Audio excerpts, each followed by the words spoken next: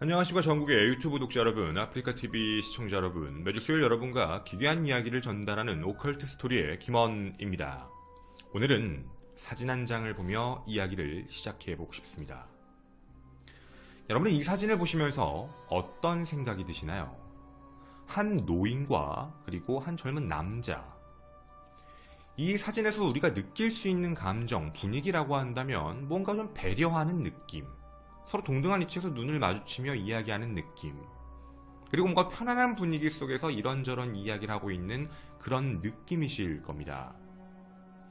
만약 지금 여러분의 느낌에서도 좀 뭔가 상당하고 따뜻한 분위기처럼 느껴지고 뭔가 좀 인자해보고 괜찮아 보여 라는 생각이 드신다면 여러분께 이렇게 말씀드리겠습니다. 속지 마십시오. 여러분이 지금 보신 저 왼쪽에 있는 나이 든 저 남자는 바로 2019년 현재 미국을 발칵 뒤집어 놓은 가장 최악의 연쇄살인마로 이름을 올린 남자입니다. 1979년부터 2005년까지 19개의 주에서 살인사건이 총 93건으로 확인됩니다. 그리고 그는 자백을 한 영상이 공개가 되었습니다. 일부 발췌입니다. 자, 아까 보여드렸던 젊은 남자는 경찰입니다. 이름은 제임스 홀랜드라는 분이었는데 그 남자가 이런 질문을 합니다. 가장 많이 죽인 곳이 어딥니까? 아마 플로리다주와 캘리포니아주일 겁니다. 그럼 도시는 어디가 가장 많죠? 마이애미와 로스앤젤레스에서 가장 많이 죽였습니다. 그중 가장 많이 죽인 데가 로스앤젤레스인데 로스앤젤레스에서 몇 명이나 죽인 것 같습니까? 20명 죽였습니다. 자기 입으로 얘기하는 연쇄살인마입니다. 여러분은 이 말을 믿으시겠습니까? 지금 현재 대한민국을 또 발칵 뒤집어 놓은 범인 이춘재가 떠오르는 대목이기도 하죠. 일단 여러분에게 이 범인의 체포 과정부터 말씀을 좀 드리면서 가보도록 하겠습니다. 여기가 정말 중요한 포인트입니다. 체포입니다. 1940년 6월 7일생인 이름은 사무엘 리틀입니다. 이 남성은 이미 교도소에 수감 중이었습니다. 93명을 죽인 혐의로 체포가 되어 수감 중이었던 게 아닙니다. 1961년 로랭에 있는 가구점에 침입한 혐의로 3년형을 살고 1964년에 석방됐습니다. 그 이후 1975년까지 절도, 폭행, 강간미수, 사기, 공무원 폭행 등 11개의 주에서 총 26차례를 체포당했지요. 그리고 1981년 점점 범죄가 진화합니다. 자, 여기가 중요합니다. 1982년 미시시피주의 파스카굴라라는 곳에 체포가 되었는데 그때 당시에 9월에 실종된 여성 이름 멜린다 라프리라 22살의 여성의 살해 혐의로 기소됩니다. 그런데 증거불충분으로 풀려납니다.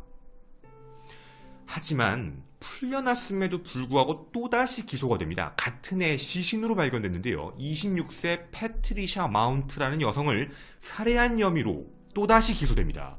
풀려나자마자 또 체포된 거죠. 당시 검찰 측 목격자들이 법정에서 이 살인마 리틀이 이 여성 마운트가 실종되기 전날 함께 시간을 보냈다. 그걸 봤다라고 진술했기 때문에 기소가 됐는데요. 1984년 1월 무죄 판결납니다. 증거불충분입니다. 즉 82년 이후 점점점 범죄가 진화하면서 살인사건을 많이 일으켰는데 살인사건의 기소가 실제로 됐었습니다. 하지만 다 증거불충분으로 풀려난 상황이죠. 그 이후 리틀은 캘리포니아로 이사하고 그리고 샌디에이고 지역에서 머물고 있었습니다. 근데 그 이후에 또다시 살인을 합니다. 1984년 10월 22살의 로리 바로스라는 여성을 납치, 구타, 목을 조른 혐의로 체포가 됐습니다. 근데 그때 다시 체포가 되고 나서 불구속으로 조사받고 있던 도중에 한 달이 지난 11월 그 똑같은 장소, 바로스를 살해하려고 목을 졸랐던 그 장소에서 이 남자 리틀이 발견되는데요. 어떤 여성과 함께 있는 걸로 확인됩니다. 여성은 의식을 잃고 차 뒤에 있는데 둘이 그냥 쓰러진 채 발견된 거죠. 구타를 당하고 목이 졸린 형태였습니다. 자, 그렇게 이 범죄로 2년 반을 복역하게 됩니다. 한 명은 살해, 한 명은 살인 미수인데 이상하지요. 이거에 대해서 형이 2년 반밖에 안 나왔습니다. 1984년 미국의 법입니다. 어떻게 보면 참 우리나라가 생각이 나기도 하네요. 어쨌든 그때 당시에 그 이후 1987년 2월 석방됩니다. 그 이후에 로스앤젤레스로 이주해서 그 이후에도 또다시 사건을 발생했는데 또다시 체포된 이유가 풀려나자마자 5개월 뒤인 1987년 7월 13일 캐롤 엘포드를 살해합니다.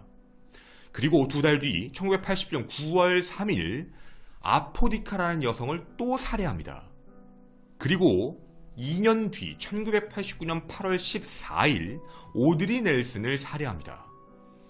이 3명에 대해 DNA 검사를 해서 2012년이 되어서야 범인을 확인하게 됩니다. 이 남자가 범인이다. 즉 2012년 9월 5일 리틀은 새 사건의 범인으로서 체포가 되는데 켄터키주의 루이빌의 노숙자 보호소에서 체포가 됐습니다. 이 살인마가 체포가 된 게 2012년입니다. 자, 여러분 잘 이해를 해주셔야 됩니다. 질문을 던져보겠습니다. 살인 몇 가지 혐의로 체포됐죠? 그 전에는 살인 미수 1건, 살인 1건으로 2년 반 살고 나왔습니다. 근데 이 이후에 나오자마자 또다시 범죄를 일으켰죠. 그런데 그 시간이 3가지 범행이었습니다. DNA로 입증된 거였죠. 그래서 2013년 1월 7일 LA로 송환된 뒤에 2014년 9월 25일 리틀은 유죄 판결을 받고 가석방 없는 무기징역형을 선고받습니다. 혐의는 3건의 살인 혐의, 87년 9월, 89년 8월, 2012년 그 이후에 있던 사건들 전부 답니다. 87년 7월 달이면 풀려나자마자 5개월 뒤, 그리고 또 얼마 안 있다가 2달 지나서 9월, 그 이후에 89년 이 3가지 사건이지요. 자, 무기징역을 선고받을 때도 리틀은 법정에서 계속 결백을 주장했습니다. 아니다, DNA가 나왔음에도 불구하고 말이죠. 2016년 로스앤젤레스 카운티 캘리포니아주 교도소에서 쭉 지금까지 복역했습니다. 자, 그런데요, 여러분 이상하지 않습니까? 우린 이춘재에 대해 알고 있습니다. 여러분 혹시 냉각기라는 표현 알고 계십니까? 이 컨텐츠를 처음 보신 분들은 냉각기에 대한 뜻을 모르실 거고, 저희 방송을 자주 보셨거나 이런 류에 관심이 많으시면 이춘재 때문이라도 냉각기라는 표현을 들어보셨을 겁니다. 범인, 즉 연쇄살인마가 살인을 저지르는 범인은 자신이 저지른 범죄에 대해 갖고 있는 쾌락적 행위, 그 감각을 처음에 저지르고 그 2차 범행이 이루어질 때는 뭐 예를 들면 1년, 2년, 3년의 주기, 3년을 뒀다가 그게 냉각기라는 게 감각이 떨어지고 아무 느낌이 안 생길 때 또다시 범행을 저지르고 또다시 범행을 저지르는 그 사이의 텀을 냉각기라 부르는데, 특징이 연쇄살인마의 특징은 냉각기가 점점 짧아진다는 특징입니다.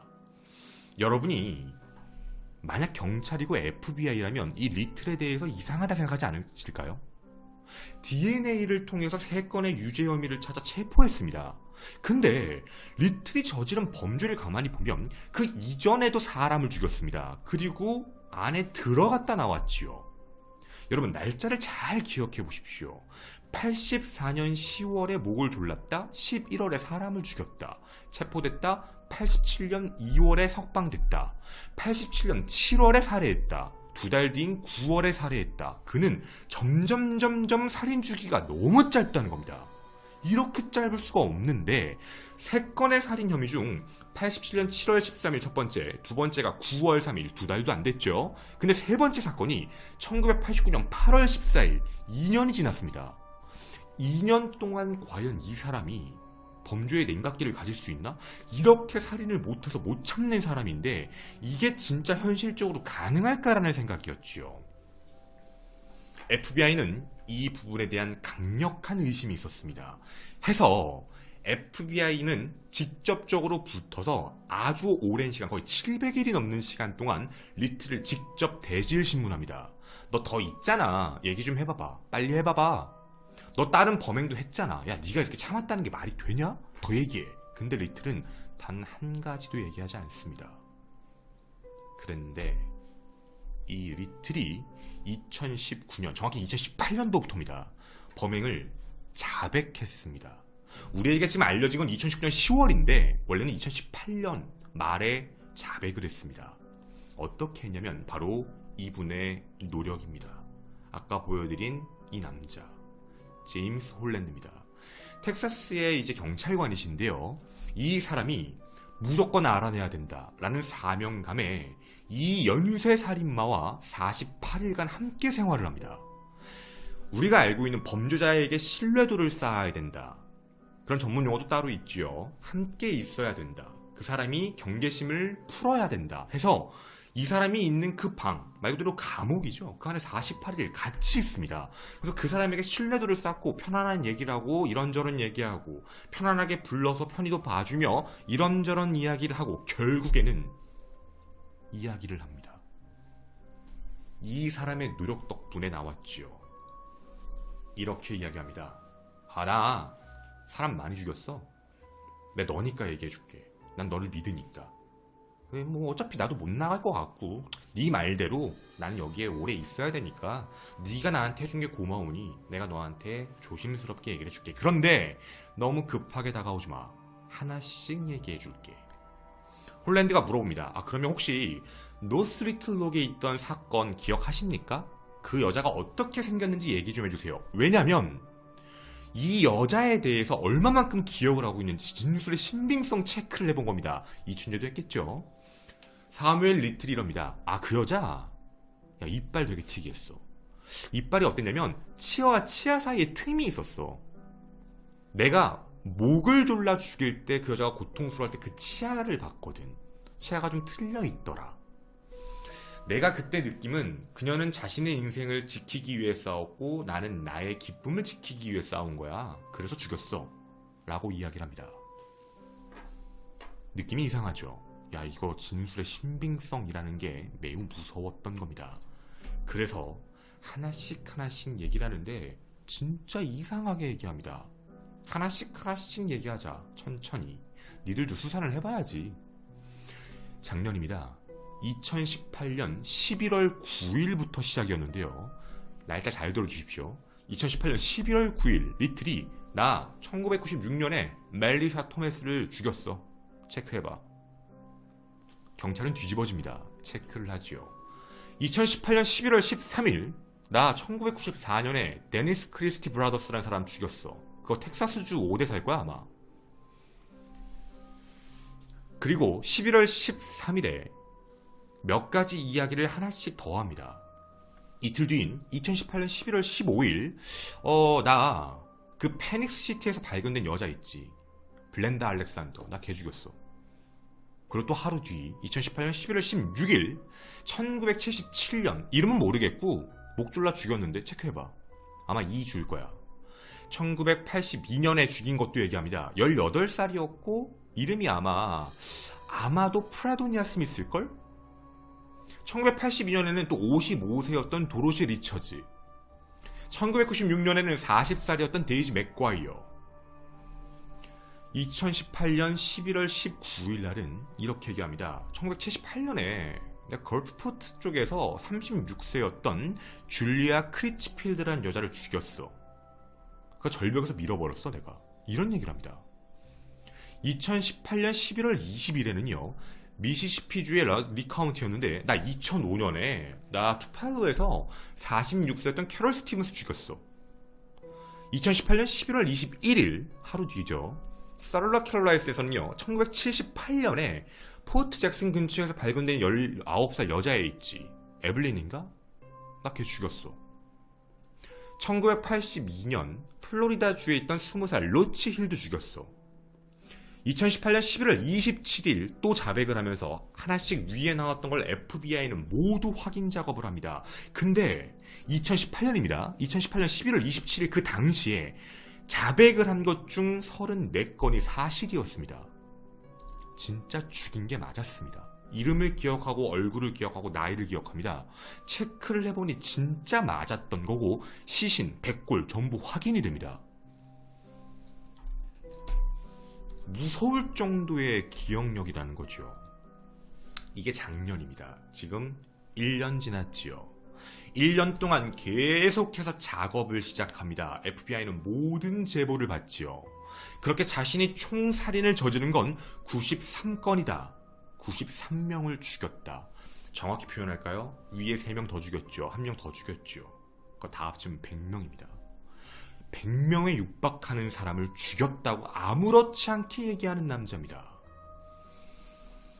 근데 이름을 기억을 못하고 나이를 기억 못합니다. 위치와 지역을 상세히 기억을 하는데 얼굴을 기억을 못해서 이걸 어떡하지라고 고민을 했던 거죠. 수사관은 리틀에게 이제 이걸 어떻게 하면 알 수 있을까? 홀랜드에게 물어봅니다. 너 48일 동안 하면서 홀랜드의 특징적인 거 뭐 혹시 아는 거 없었니? 라는 FBI 질문에 홀랜드는 이렇게 얘기합니다. 아, 리틀이 미술을 되게 좋아해요. 그러니까 제가 미술품과 관련되어 있는 그림을 갖다 주면 되게 좋아하더라고요. 아, 그래? 그림 그리게 해줘. 그렇게 홀랜드와 악마 리틀은 함께 앉아서 희생자들을 하나씩 하나씩 그립니다. 어떻게 그리냐면, 아, 이 위치에는 이렇게 생기네, 이렇게 생기네, 이렇게 생기네. 그 특징들을 모두 다 하나씩 그린 겁니다. 네가 알고 있는 특징이 이거 맞아? 이런 거야? 이런 쪽이야? 이런 거에 대해 모두 다 그림을 그립니다. 이 인원을 어마어마한 분량으로 나왔죠. 여러분에게 그 FBI에 나와 있는 일부를 캡처로 보여드리도록 하겠습니다. 그 페이지입니다.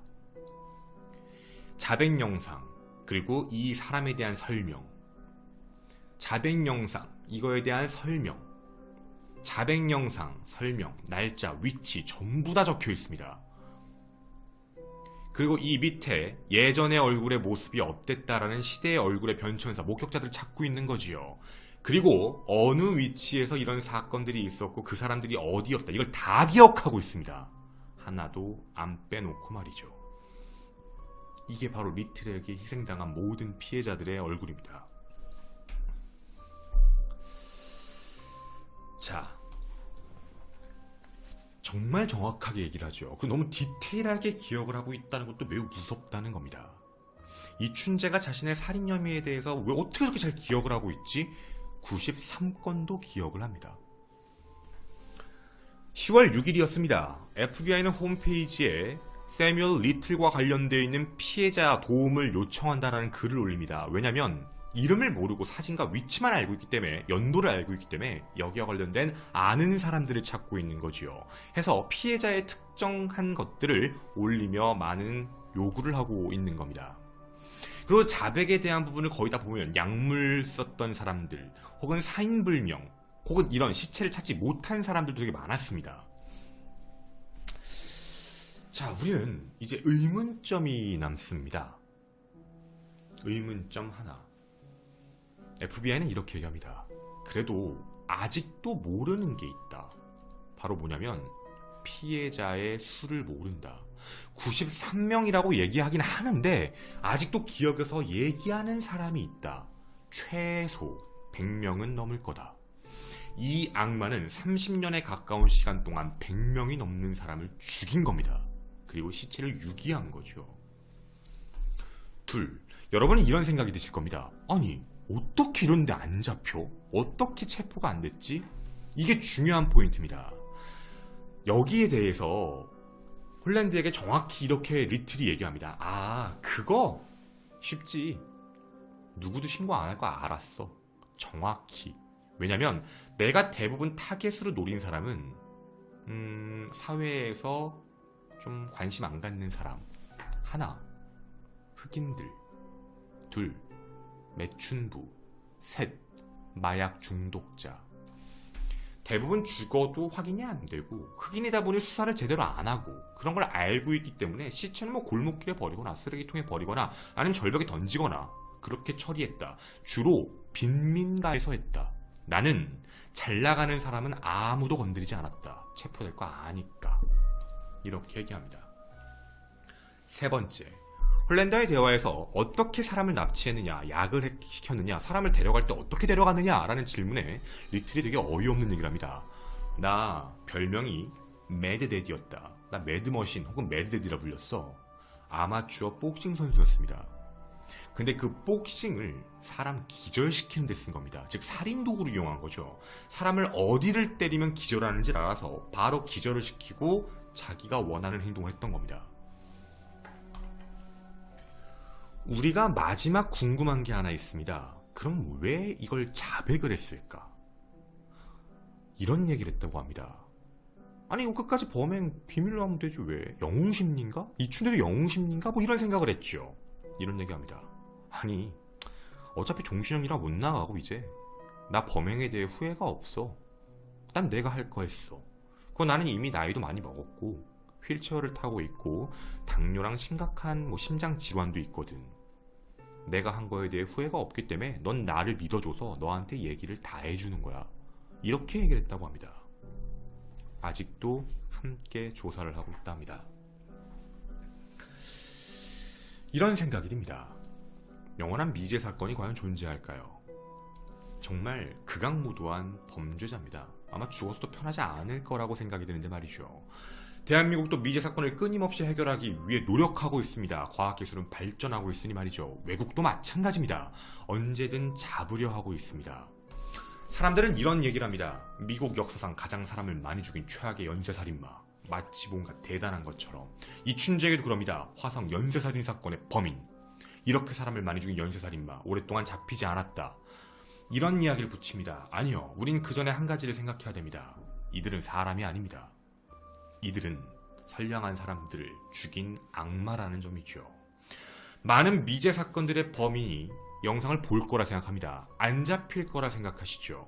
하지만 시간, 과학, 그리고 사람들의 관심 이 세 가지가 있으면 당신들은 언제고 잡힙니다. 그리고 2승에서 잡히지 않았다고 편안하게 생각 안 하셔도 됩니다. 늘 죄책감이 있을 거고 늘 불안할 거고 당신이 어떤 단서를 현장에 놨는지 모르는 그 답답함에 당신은 지금도 저지른 범행에 대해 검색을 하고 있겠죠. 언젠간 잡힐 겁니다. 저는 오컬트 스토리의 김원이었습니다. 감사합니다.